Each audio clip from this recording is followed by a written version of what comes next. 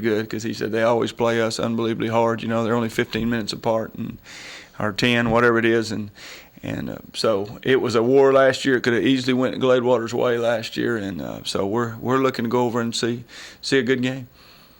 And I assume you'll be taking some of your coaches with you? I'll take the coordinators with me, and we'll go see what. We're just going to scout Gilmer only because we'll have a lot more tape on Gladewater time we get there. The other game would be Henderson and Spring Hill. Henderson pretty much, sort of one of the favorites in the district. Have you seen Henderson play this year? I've seen a little bit of tape on them against Lindale in a scrimmage, and they're very good. Now, Coach, I want to ask you this question. At Panola College, I'm sort of stumbling through this question here, but I don't intend to.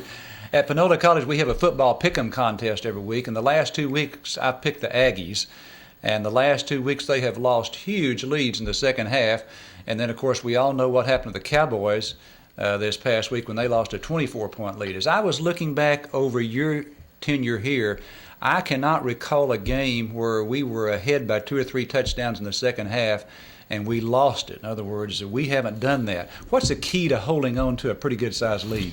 Well, first of all, you got to take care of the ball and stay aggressive. I know I was a fan. I watched A&M and Oklahoma State. I thought they lost their aggressiveness.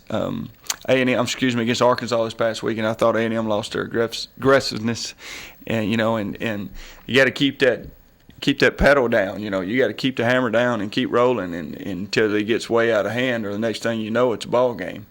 And I thought that they quit mixing it, and also, on the fourth down, a couple fourth downs, they had over 300 yards rushing, and they punted it. And I thought that, I don't know, he knows a lot more than I do, but if I was doing it, we would have went for it. I know that, especially with how much the run game they had. They had, like I said, almost 400 yards rushing the second time they punted, and I'd have, put it in the kids' hands and make Arkansas stop them.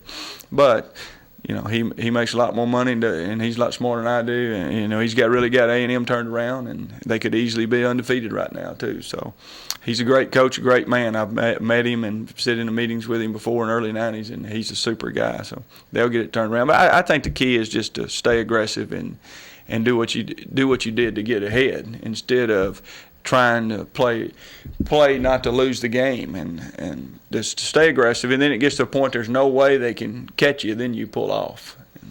And kind of like Caldwell, we stayed aggressive right till the end of we got in 2 minutes to make it 42-0, so we could play their young kids.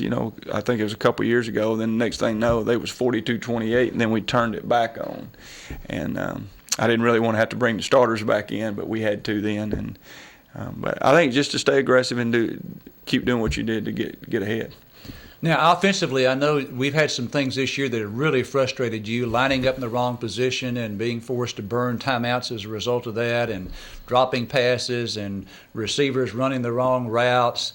After 2 weeks of practice now, how are we in those areas? Well, I think we're better. I think it's still a work in progress, but I think we're getting better offensively. I think that we'll cut out some of the silly mistakes, like you're talking about, alignment problems and formations and things like that, and also just the silly offsides penalties defensively and things like that. I think we're getting better at. As the season went on, we got better at center. We didn't have any alignment problems. We didn't, we had a bust with a young kid for as a route, late in the ball game. But it was like I said, it was a second team player, and he's young, he's a sophomore, and he'll get better at that.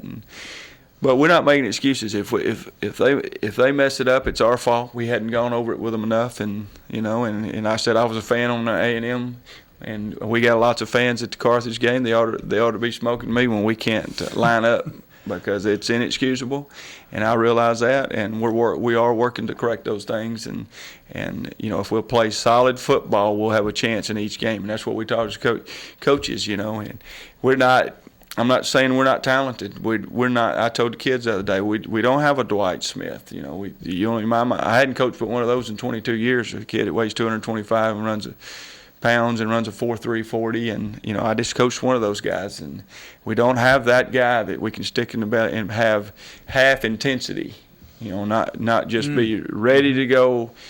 Because we had, half the team might not be ready, and he might run for 300 yards. Because when that tailback gets the ball, now the intensity is in his eyes, because there's 11 guys running after him. There's no question he's fixed to play harder. He's going to get smoked. So, but I told them collectively as a team, I think we can get to one of those teams that won it if we'll keep getting better every day. And I said, and I told them the key to that phrase is keep getting better.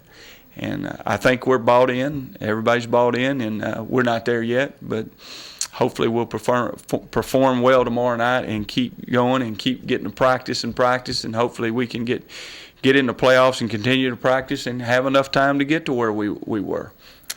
But that's our goal anyway. And thinking back over your team's 2007, your first year here, you had a number of sophomores that were starting. Really not quite as many as you had this year. This is your biggest year as far as relying on sophomores.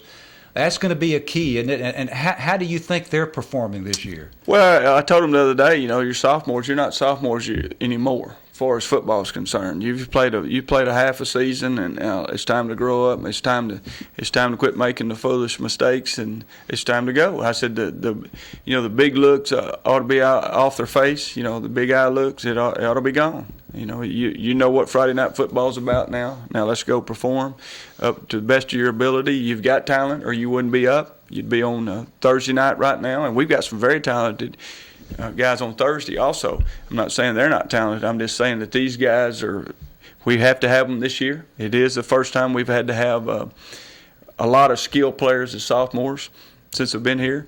But, we're excited about their play. We're excited how much better they've gotten, and we'll see what happens, because it's going to be a war every week in our district, obviously. No one in our district has played the schedule that we have. No one's played Lindale. No one's played Chapel Hill. How big of a role does that play in preparing you for district? Well, I think it's a big key for us. I mean, a big role, because we played in big ball games. These sophomores and other guys have got experience in big ball games, and we as coaches, you say, well, we got experience in big ball games. We do, but we don't know how our young players are going to react in big games. We do now, and so we feel like we're better in big ball games on how to call plays or how to call defenses, this blitz or this run or this pass. Just because we know how they're going to react in big ball games and how they perform in big ball games. And so it's all, when you say team, it's all of us coaches included, kind of learning what kind of team you have early, and that's what the first 5 ball games are for. We think we know what kind of team we have now, and we're looking to, turn it loose. We've talked about, hey, second season. It's time to go. It is time to turn it up. Well, I told them the first thing, it's going to like a light switch. We're fixing to turn it on and play better football.